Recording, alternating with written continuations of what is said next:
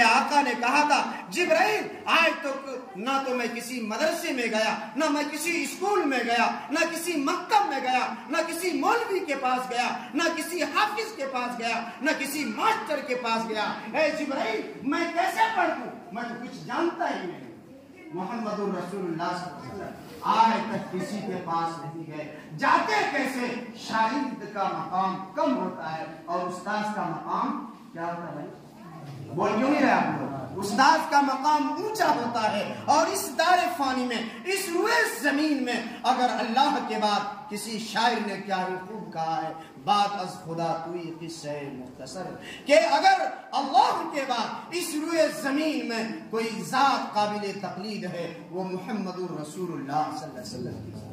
شاعر نے کیا ہی خوب کہا ہے، بلغ العلا بکمالہ کشف الدجا بجمالہ حسنت جمیع خصالہ صلو علیہ وآلہ۔ سب کہہ دو بھائی صلی اللہ علیہ وسلم۔ پہلی وحی اقرأ بسم ربک الذی خلق۔ آج وہی امت اسی پیغام کو لے کر امام الہند کا ایک چھوٹا سا نمائندہ، ایک چھوٹا سا خادم، ایک ادنا سا غلام آپ کے بیچ حاضر ہوا کہ سماج کا بچہ، سماج کی بچی جن کے سینوں میں، جن کے ہاتھوں میں ہاتھ ہم کچیا تھما دیتے ہیں، جن کے ہاتھوں میں ہم پوسلی تھما دیتے ہیں، جن کے ہاتھوں میں ہم کتا تھما دیتے ہیں، جب بچے کی عمر اس قابل ہو جاتی ہے وہ کسی مکتب میں جانے والا بن جائے، کسی مدرسے میں جانے والا بن جائے، جب وہ بچے کے سینے میں نورانی قاعدہ، بستے میں اما پارا اور سینے میں قرآن کریم ہونا چاہیے تھا، ان بچوں کے ہاتھوں میں ہم نہ جانے کیا کیا تھما دیتے ہیں۔ اسی پیغام کو لے کر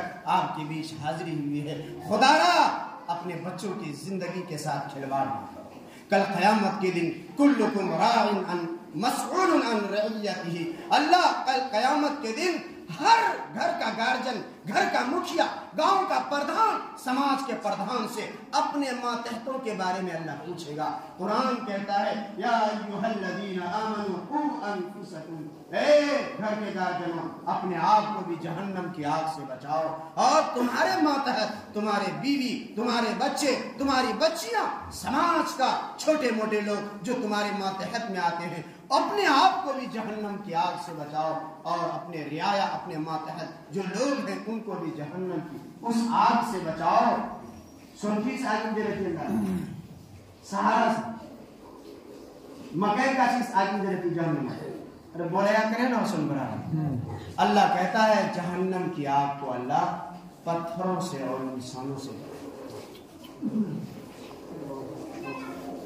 کس سے جلائے گا؟ چکا انسان، اور قرآن کہتا، میں نہیں کہتا، اللہ کہتا ہے کہ جہنم کی آگ کو جو دہکایا اور سلگایا جائے گا، جو انسان جہنم میں جائیں گے نافرمان ہوں گے، اللہ ان سے اور پتھروں سے جہنم کی آگ کو سلگایا۔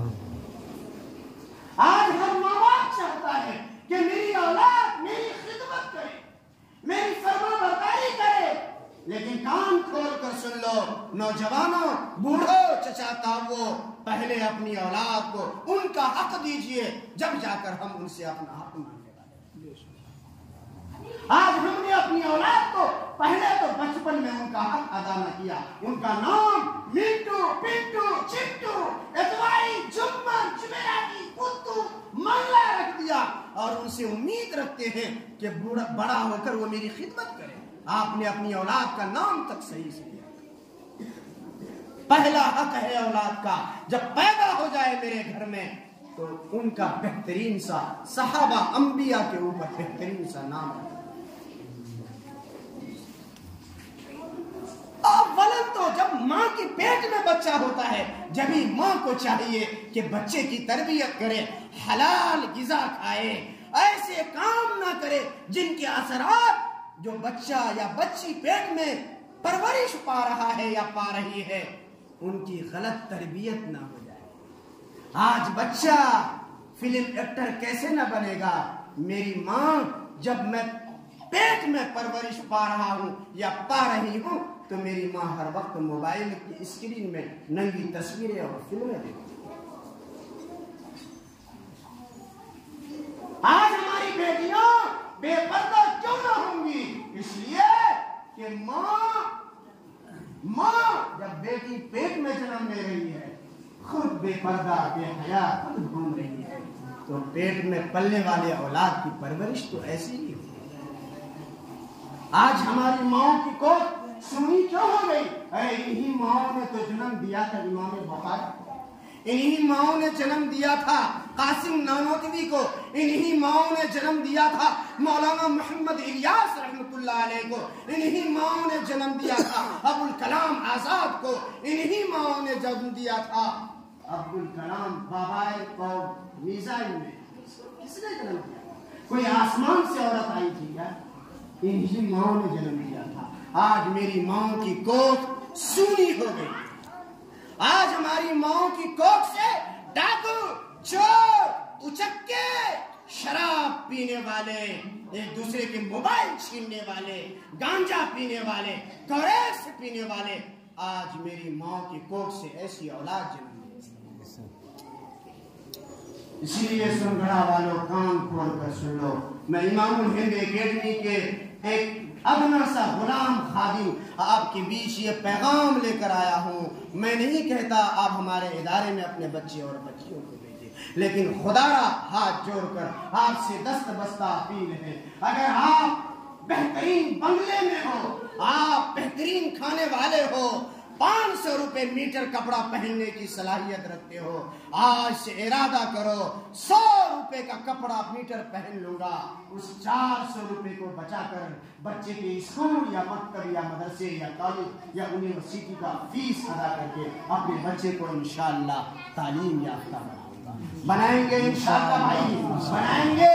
ہفتے میں 2 دن گوشت کھاتے ہو، اللہ نے پیسہ دیا ہے، بکرے کا گوشت 700 روپے کلو کھا سکتے ہو، بھینس کا گوشت 250 روپے کلو کھا سکتے ہو، دیشی مچھلی 400 روپے کلو خرید کر کھا سکتے ہو۔ خدا انہی میں سے اپنے زبان کے ذائقے کو کم کر کے اپنی اولاد کے مستقبل کو بہتر بنانے کے لیے ان کی تربیت کا، ان کی تعلیم کا خاص خیال رکھے اپنے خون پسینے کی کمائی سے۔ اگر آپ چاہتے ہو میرے اولاد میں دنیا سے چلا جاؤں یا میرے جیتے جی بہترین بنگلے کا مالک ہو، بہترین گاڑیوں کا مالک ہو، اچھی ملوں اور فیکٹریوں کا مالک ہو، خدا کے واسطے اپنی تعلیم کو اپنے بیٹے کو وکیل بناؤ، اپنے بیٹے کو حافظ قرآن بناؤ، اپنے بیٹے کو پروفیسر بناؤ، اپنے بیٹے کو بہترین تعلیم یافتہ بناؤ۔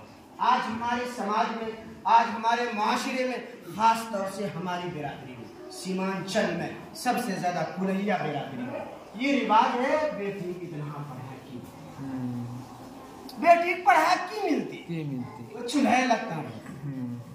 اس گندی سوچ کو نکال، جو سب سے پہلا مدرسہ، سب سے پہلا مرکز، سب سے پہلا اسکول، سب سے پہلا مکتب وہ ماں کی ہوتی ہے۔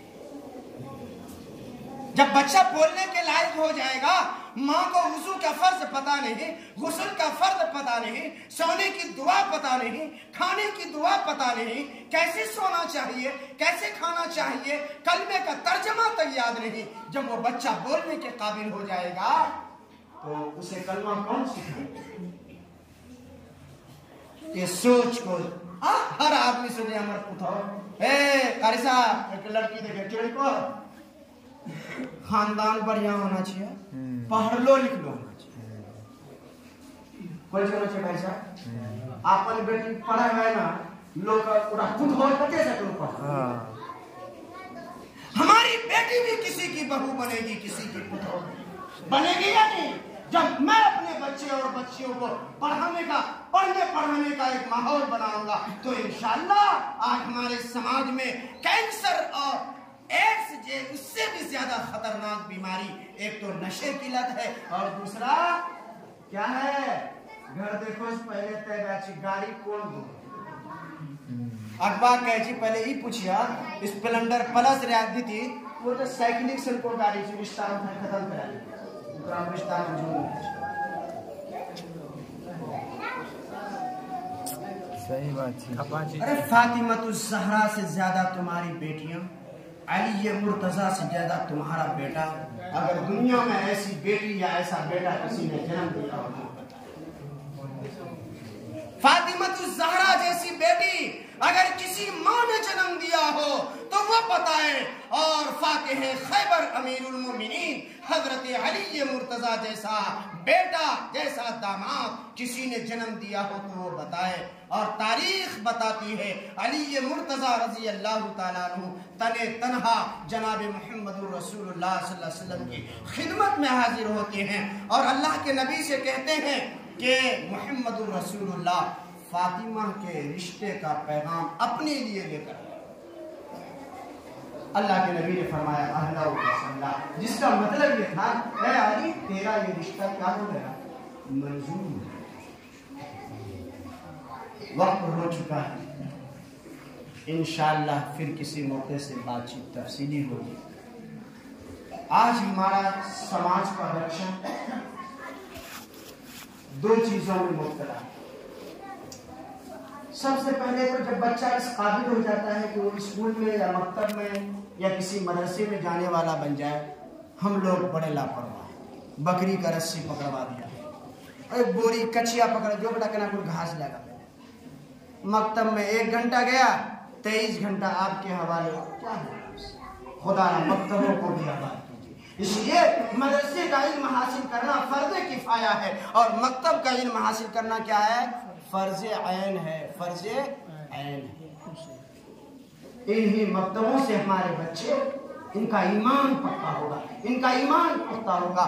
ورنہ یاد رکھو، اگر ان مکتبوں کو ہم نے آباد نہ کیا، ان حفاظ کی صحبت میں اپنے بچے اور بچیوں کو نہ بھیجا، تو پھر جب وہ بچے 12 13 15 16 سال کا ہو جائے گا، ان کے ہاتھوں میں نٹرابھن کی گولی اور ان کے ہاتھوں میں کوریکس کی بوتل۔ وقت نہیں ورنہ تفصیل سے بتاتا۔